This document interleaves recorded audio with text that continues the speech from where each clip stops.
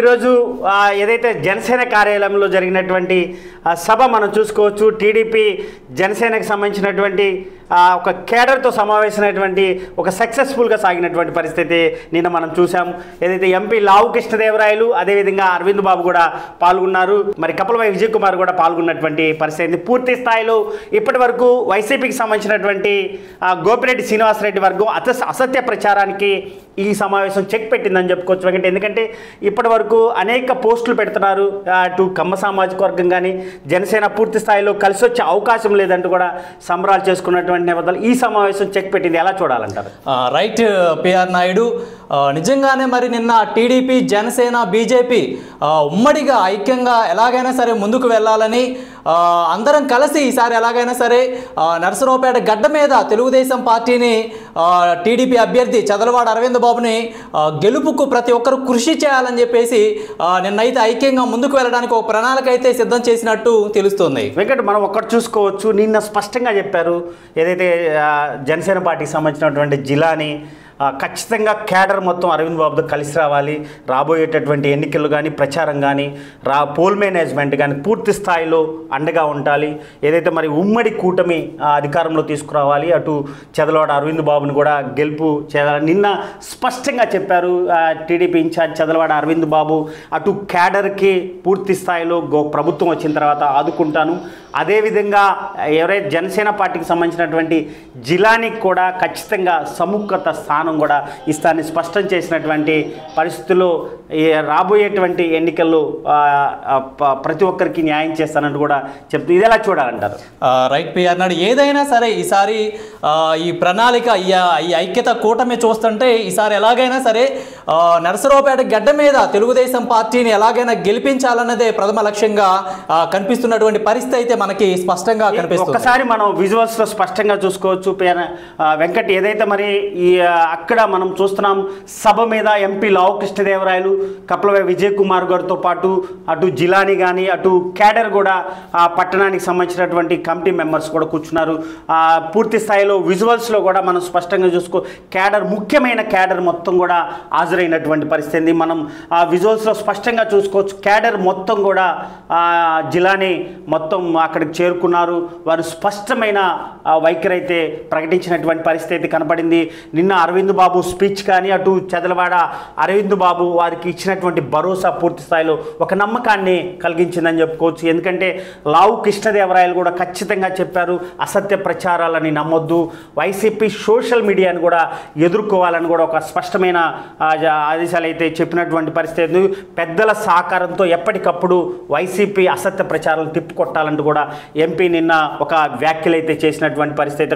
ఏది ఏమైనా అరవింద్ బాబుకి గెలుపుకి ఈ సమావేశం కొంత మెరుగుపడ్డదని చెప్పుకోవచ్చు. ఎందుకంటే ఇప్పటి వరకు వైసీపీకి సంబంధించి కమ్మ సామాజిక వర్గం టు జనసేన సామాజిక వర్గానికి సంబంధించినటువంటి నేతలు కలిసి రారు అంటున్నటువంటి వైసీపీ వాటికి చెక్ పెట్టారనుకోవచ్చా? Yes right PR Naidu, check పెట్టారని అనుకోవచ్చు.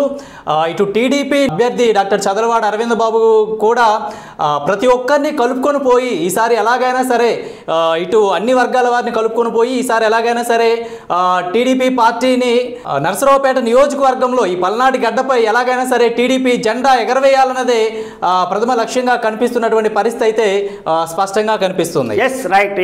ఇంకా ఈ సమావేశంలో కీలక అంశాలు చర్చకొచ్చినాయి. అటు అరవింద్ బాబు కానీ అటు జనసేన పార్టీకి సంబంధించినటువంటి జిలాని కానీ ఎంపీ లావు కృష్ణదేవరాయలు అరవింద్ బాబు గారు సంబంధించి కానీ అటు బీసీ నేతలు కూడా పాల్గొన్నారు. అటు కాపు నేతలు కూడా మాట్లాడినటువంటి మాటలు ఒకసారి చూద్దాం. నేనైతే 5 సంవత్సరాలుగా ఏ పండుగ చేసుకోలేదు, ఇవాళ మాత్రం ఉగాది చేసుకుంటున్నారు. ఎందుకంటే మరి జనసేన బీజేపీ టీడీపీ అందరూ కూడా కలిసి ప్రయాణం చేస్తున్నాము. ఇవాళ ఈ సమావేశానికి మన నరసరావుపేట కన్వీనర్ రామకృష్ణ గారు కూడా రావాల్సింది, వాడు హైదరాబాద్ లో ఉండటం రాలేకపోయారు. అయినా కానీ వాడు ఇక్కడ ఉన్నట్టే భావిస్తూ వారికి చెప్పడం జరిగింది. ముఖ్యంగా జనసేన గాని తెలుగుదేశం పార్టీ బీజేపీ ముగ్గురు కూడా ఉమ్మడిగా అడుగులు వేస్తూ ఉన్నాము.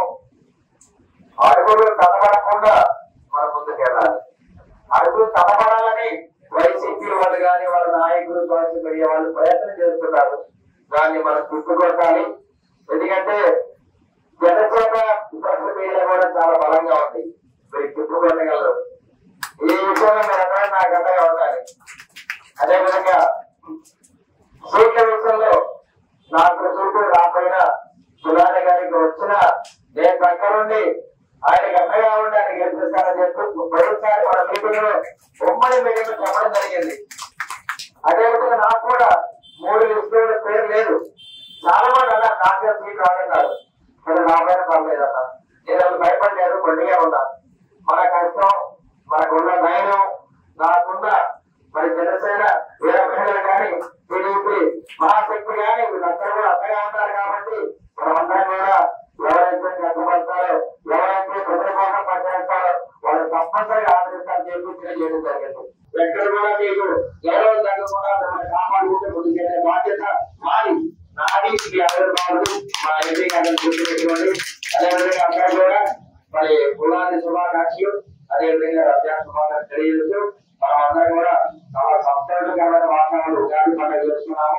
ఇదే విధంగా మనం సంతోషంగా ముందుకెళ్తాము. ఎక్కడ కూడా కోపక్షలు వద్దు, ఇంకో ప్రాబ్లమ్స్ వద్దు. మీరు ముందుండండి, మా అందరూ అనుకుంటాము. మా శుభాలు ఏంటో ముందు పెట్టి ప్రతి కార్యక్రమానికి దగ్గరగా విజయవంతం చేస్తామని చెప్పి సోదరులందరూ కూడా తెలియజేస్తూ మరొకసారి తెలుగుదేశం పార్టీ, బీజేపీ, జనసేన ఐక్యత, ఐక్యత. ప్రతిమారి కాలం కూడా అడగాల్సిన అవసరం లేదు. అలాగే బెదిరించి నువ్వు వేయకపోతే అది చేస్తాం అని చేస్తాం అని చెప్పి అడగాల్సిన అవసరం లేదు. ముందుగా మనం చేయబోయేది ఏదో తీసుకెళ్ళి చెప్పాడు, అది అడుగుతాం. ఏ ఒక్క విషయంలో కూడా ఇది మనం చేయలేదే అనిపించుకోకుండా ప్రతి ఒక్కటి కూడా కుదిరినంతలో మనకున్న రిసోర్సెస్ ప్రకారం మనం కుదిరినంతలో మనం అన్నిటిని చేసేదానికి ప్రయత్నిస్తాం. దానికి మీరు అందరూ కూడా కలిసి ముందుకు వస్తే అవుతుంది. ఈసారి ఇక్కడ అరవింద్ బాబు గారు గెలవాలంటే జనసేన చేస్తేనే అవుతుంది, అది చేయకపోతే అవుతుంది. ఎలక్షన్ అయిన తర్వాత జిల్లాలయ గారి బాధ్యత, జనసేన నాయకులు కార్యకర్తల బాధ్యత, పవన్ కళ్యాణ్ గారు అలాగే చంద్రబాబు నాయుడు గారు చెప్పిన విధానంలో తప్పకుండా చూసుకునే బాధ్యత మాది. ఇందాక అరవింద్ బాబు గారు చెప్పినట్టు మరో ఎమ్మెల్యేగానే ఆయన చూసుకుంటామని చెప్పి ఎటువంటి విధంగా కూడా తగ్గించి మాట్లాడుకోవడం అని చెప్పి ఈ సభాముఖంగా తెలియజేసుకుంటారు. ఆయన నాకు 35 సంవత్సరాల నుంచి 40 సంవత్సరాల నుంచి పార్లమెంటు దగ్గర నుంచి ఇద్దరం మాట్లాడుతున్నాం, ఇద్దరం కలిసి ఉంటాం. అంటే తేడా ఏమి లేదు ఇద్దరికి. తర్వాత జరిగింది మీరు మాత్రం రేపు అరవింద్ బాబు గారిని, విశ్వదేవాల గారిని నాకు ఎంత పనిచేశారో నాకు సోదరులందరూ కష్టపడి పనిచేస్తే నర్సాపేటలో ఆయనకు అది 10,000 మెజార్టీ వచ్చింది. రేపు 10,000 మెజార్టీ రావాలి. వచ్చి తిరిగితేనే అది విజయ్ కుమార్ బలం. అట్లా వచ్చి తీరినప్పుడే 10,000 మెజార్టీ వస్తేనే మన బలం. వాళ్ళు 30,000, 2,000 మెజార్టీ వచ్చింది, మేము 5,000తో మేము గెలుస్తాం అని కొట్టుకుంటున్నారు. అది ఎందుకు వచ్చిందో నాకు తెలుసు. ఆ 32,000 పల్నాడు సింహం అని చెప్పుకుంటున్నారు. రేపు పల్నాడు పిల్లి అవుతుంది. అదే కాదు, ఈ 32,000 తిరగబడాలి. దాని గురించి ఆలోచన లేదు. ఆ రకంగా ఉంది. నాకు చాలా ఆనందంగా ఉంది. ప్రజారాజ్యం పార్టీ నుంచి మరి చిరంజీవి గారి మీద అభిమానంతో, మెగా ఫ్యామిలీ మీద అభిమానంతో మేము ఆ రోజే తెలుగుదేశం పార్టీని వీడి జనసేన తెలుగుదేశం టీఆర్పీలో చేరడం జరిగింది. అప్పుడు నేను పట్టణ అధ్యక్షుడిగా కూడా చేయడం జరిగింది. కానీ అన్నగారితో పాటే ప్రయాణం చేశాం. తర్వాత ఉన్న పరిస్థితులు మీ అందరికి తెలుసు. కానీ పవన్ కళ్యాణ్ గారు ఇప్పుడు 10 సంవత్సరాల నుంచి మళ్ళీ ఆయన పార్టీని పెట్టి పోరాడుతున్నారంటే ఈ 10 సంవత్సరాల కాలంలో కూడా ఆయన పోరాటానికి అండగా నిలిచినటువంటి ప్రతి కార్యకర్త నిజాయితీగా, ఏ పార్టీలో లేనటువంటి నిజాయితీ జనసేన కార్యకర్తలు ఉందనేది అర్థం చేసుకోవాలి. ఎందుకంటే ఏ పార్టీలో అయినా మందుల పొలాల లేకపోతే ఖర్చుల అనేటటువంటి పరిస్థితుల్లో ఉన్న దానిలో జనసేనలో మాత్రం ఎలాంటి ఆశ లేకుండా, ఆలోచన లేకుండా పవన్ కళ్యాణ్ గారు ఏం చెప్తే అది వేదో అన్నట్టుగా పనిచేసేటటువంటి ఏకైక కార్యకర్తలు జనసేనలో ఉన్నారనేది పార్టీకి మనం అందరం కూడా పనిచేసి రాష్ట్రంలో అధికారంలోకి రావడానికి శరీరంలో ఎన్ని భాగాలను దేన్ని విడదీయలేము. కానీ ఇందాక మన సోదరుడు చెప్పినట్టు అవతల పార్టీ వాళ్ళు ఏ ఒక్క చిన్న విషయాన్ని కూడా దాన్ని భూతత్వంలో ఫేస్బుక్ ద్వారా సోషల్ మీడియా ద్వారా మనల్ని విచ్ఛిన్నం చేయడానికి, మన ఐకమత్యాన్ని మనం కలిసి ఉన్న దీన్ని విడదీయడానికి ప్రయత్నం చేస్తా ఉన్నారు. దానికి ఎటువంటి తావు లేకుండా జిలాని అన్న గారు ఎక్కడున్నా కూడా ఆయనకి మరి ఈ నియోజకవర్గంలో ఆయన యొక్క ప్రాధాన్యత ఎక్కడా కూడా అది కాదు. కేవలం అరవింద్ బాబు గారు ఎమ్మెల్యే అయినంత మాత్రాన ఎమ్మెల్యేగా ఆయన ఒక్కటే కాదు అధికారం, మన 3 పార్టీలది అధికారం ఉంటుంది రేపు. కాబట్టి ఏ ఒక్కరు కూడా ఏ విషయంలోనూ వెనకంజ చేయాల్సిన పని లేదు. మనందరం కూడా కలిసి అధికారంలోకి రావాలి. అలాగనే మరి పల్నాడు జిల్లాలో ఇక్కడ నరసరావుపేట అసెంబ్లీ అభ్యర్థిగా అరవింద్ బాబు గారిని, మరి పార్లమెంట్ అభ్యర్థిగా లావు శ్రీకృష్ణదేవరాయల్ని మనం అధికారంలోకి తెచ్చుకోవడమే మన యొక్క ముఖ్యమైనటువంటి ఉద్దేశం. అవకాశం ఇచ్చిన పెద్దలందరూ కూడా చేయడం ఉమ్మడి రాష్ట్రంలో ఇంతమంది పదవులను గురించిన నరసరావుపేట మరి ఈ పొలిటికల్ పల్నాడు పౌరుషంలో కట్టేది. ఇంతమంది పెద్ద పెద్ద పదవులు ముఖ్యమంత్రులు చేసిన స్థానంలో మరి కృష్ణదేవరాయ గారు నరసరావుపేట మన పార్టీ వాళ్ళందరికీ చాలా అదృష్టంగా భావిస్తున్నారు. అలాగనే కొన్ని సంవత్సరాల పాటు కృష్ణదేవరాయ గారు నరసరావుపేట ఎంపీ ఇంక వేరే ఆశ పడకూడదు. కొన్ని సంవత్సరాల పాటు ఈ కలయిక ఇలాగనే ఉండాలని మనసారా కోరుకుంటున్నారు. నరసరావుపేట పేరెత్తగానే ఆ కృష్ణదేవరాయ గారు ఎంపీ అనేది ఇంకా కొన్ని సంవత్సరాల పాటు కొనసాగాలని ఆకాంక్షిస్తున్నాము. ఈరోజు మరి జనసేన పార్టీ ముఖ్య కార్యకర్తలు సమావేశానికి ముఖ్య ఉద్దేశం రాబోయే కాలంలో మాకు కూడా తెలుగుదేశం కార్యకర్తలకు ఎలా చూస్తారో మాకు కూడా సమానంగా హక్కులు కల్పించాలనే ఉద్దేశంతోనే నేను ఈ సమావేశం ఏర్పాటు చేయడం జరిగింది. కాబట్టి ముఖ్యులు ఇద్దరు ఇటు అరవింద్ బాబు గారు కృష్ణదేవరాయ గారు రావడం జరిగింది.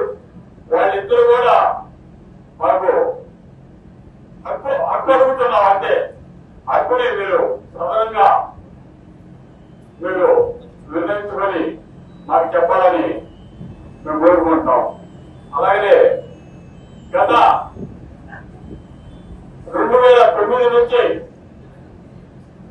టీఆర్పీ నుంచి అనేక కార్యక్రమాల్లో మరి పాల్గొంటూ అప్పటి నుంచి ఇప్పటిదాకా మన జనసేన పార్టీ కార్యకర్తగా టీఆర్పీ నుంచి ఉన్న ప్రతి ఒక్క కార్యకర్త క్రమశిక్షణతో మరి ఇప్పటి వరకు పనిచేయడం జరిగింది. ఈ రోజు వరకు కూడా ఆ ఒక్క కార్యకర్త ఒక్క 100 రూపాయలు పెట్రోల్ నేను కుట్టించాను, 100 రూపాయలు వేరే రకంగా ఇచ్చాను. అంత నిజాయితీగా ఎన్ని సంవత్సరాలు చేశాను కాబట్టి ఇందాక ఈవినింగ్ 5 గంటలకు మేము మీటింగ్ పెట్టింది ముఖ్య కార్యకర్తలు. తర్వాత సార్ చెప్పారు ఏదైనా 12 ఆ ప్రాంతంలో చేయమంటే 1 గంటకు అప్పుడప్పుడు ఫోన్ చేస్తే గ్రూప్ గా వచ్చారు మెసేజ్ ఇచ్చింది మేము. అలాంటి క్రమశిక్షణ కార్యకర్తలు అలాంటి వాళ్ళని మనం నేను ఈ రోజు ఇలా ఉన్నానంటే వాళ్ళ మనోధైర్యం నాకు వాళ్ళ సహకారంగా నాకు కలిసి వచ్చిన. అలాగనే మీరు ప్రతి ఒక్క రాబోయే ఎన్నికల్లో రేపు నెలలో జరగబోయే ఎన్నికల్లో ప్రతి ఒక్క కార్యకర్త ఇప్పుడు మనం ఎలా అయితే ఏది ఆశించకుండా పనిచేశామో అలాగనే ఎమ్మెల్యే అభ్యర్థికి ఎంపీ అభ్యర్థికి మనం మనస్ఫూర్తిగా హార్ట్ఫుల్ గా పనిచేస్తాం. రిజల్ట్ అనేది అది తర్వాత చూద్దాం ఎన్నికలు అయిపోయినాక. కాబట్టి ప్రతి ఒక్కరు ఏమీ ఆశించకుండా ప్రతి ఒక్కరు మన హార్ట్ఫుల్ గా పనిచేయడమే మన ధ్యేయం. క్రమశిక్షణగా ఇటువంటి